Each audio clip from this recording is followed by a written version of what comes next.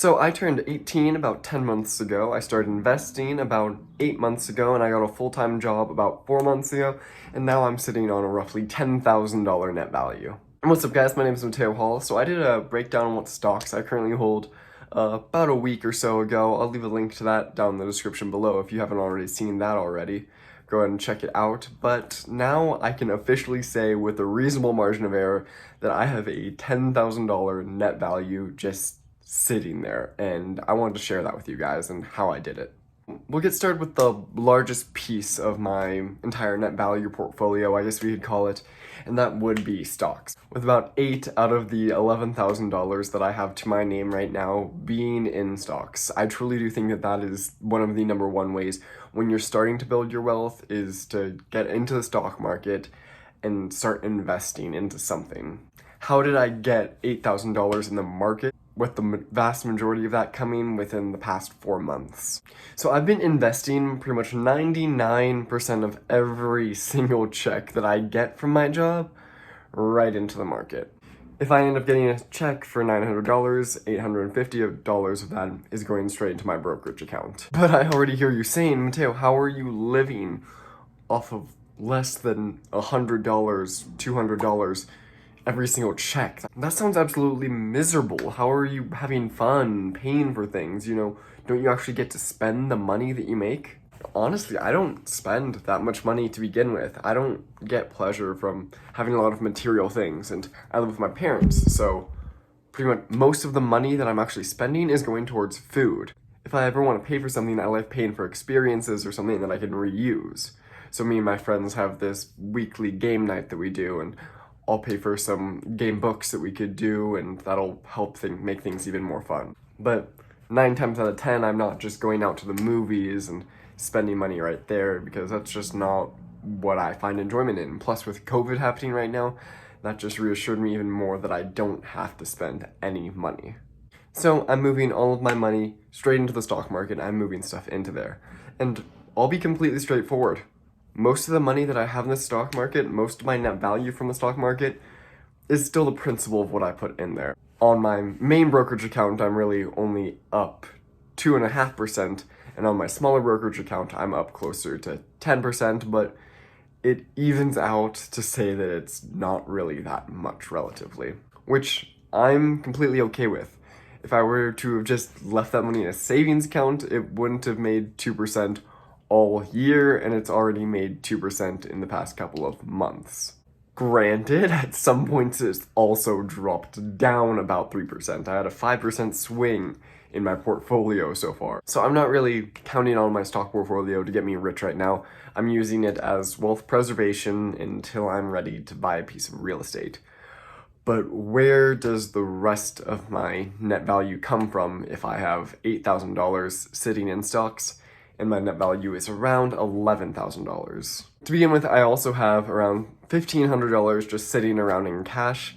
That's a little bit under 20% of what my total portfolio is, but it's also roughly 10% of what my net value is. The stock market's been going absolutely insane due to the recent elections skyrocketing upwards. So I've been nibbling in a little bit by a little bit, but I haven't been doing any heavy buying for the past couple of days. So the main reason I'm sitting on that cash is just in case the stock market goes down a lot. Honestly, I thought that with this coming election that no matter who won, that there would be a lot of uncertainty, so I was hoping that I would be able to cash in a little bit lower recently, but instead the stock market has just gone up. So I've been nibbling in instead of going super heavy on the market recently. I was able to get in a decent amount a little bit before the election when the market dropped a ton.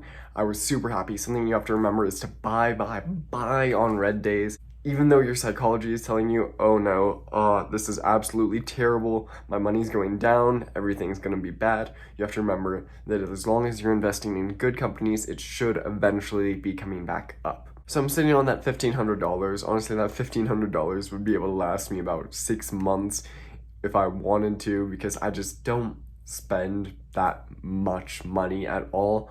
Or I have that money to invest into the market, which that's where most of it's actually sitting right now, is in brokerage accounts, so that I would be able to invest money right back in if the market does ever dip.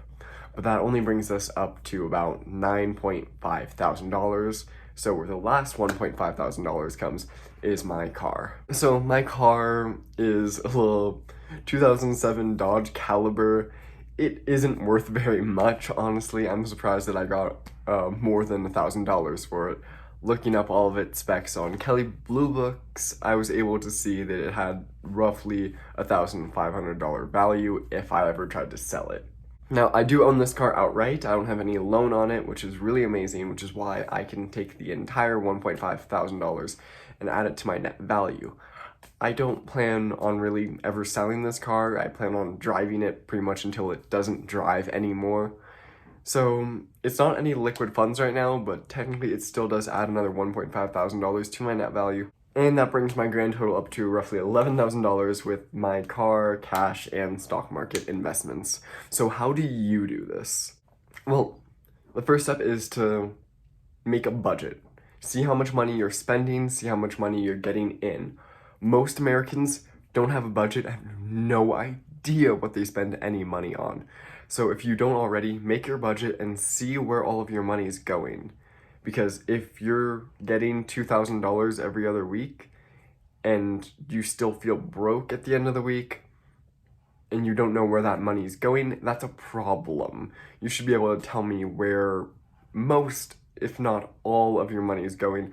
I could tell you I spend $30 on gas every single month and that's it. I don't spend over $35 on gas, and I haven't since I've had that car because I don't drive around that much.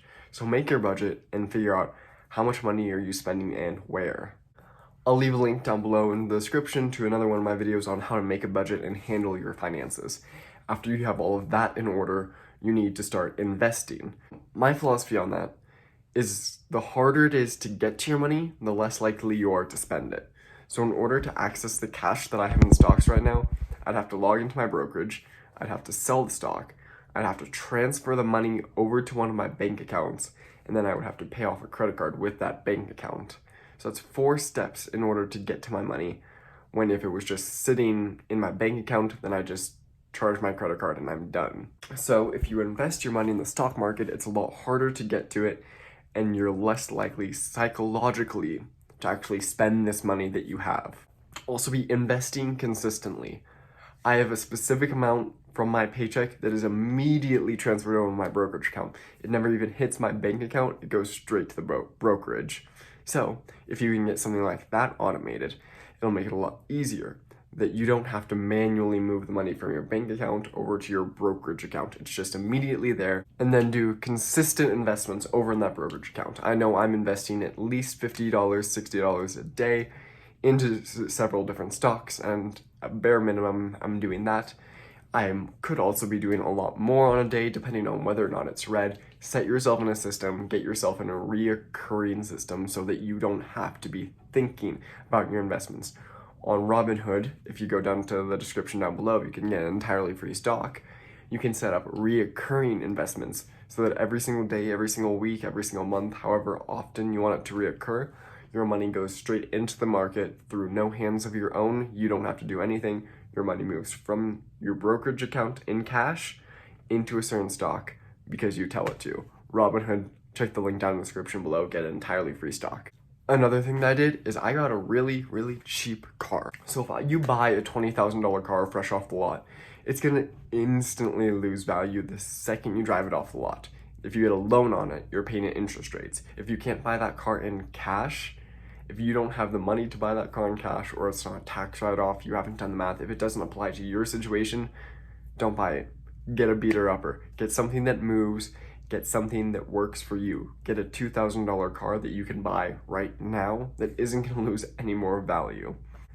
I think unless you're doing a lot of research in it, you can never call a car an investment because cars are a depreciating asset. I think in order for something to truly be an asset, it needs to be appreciating or at least holding its value long term.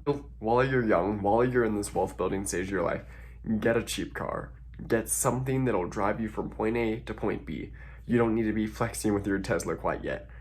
Flex with your Tesla after you get your first investment property that's paying for the Tesla. Another really important thing is to have an emergency fund when you're trying to build up your net worth.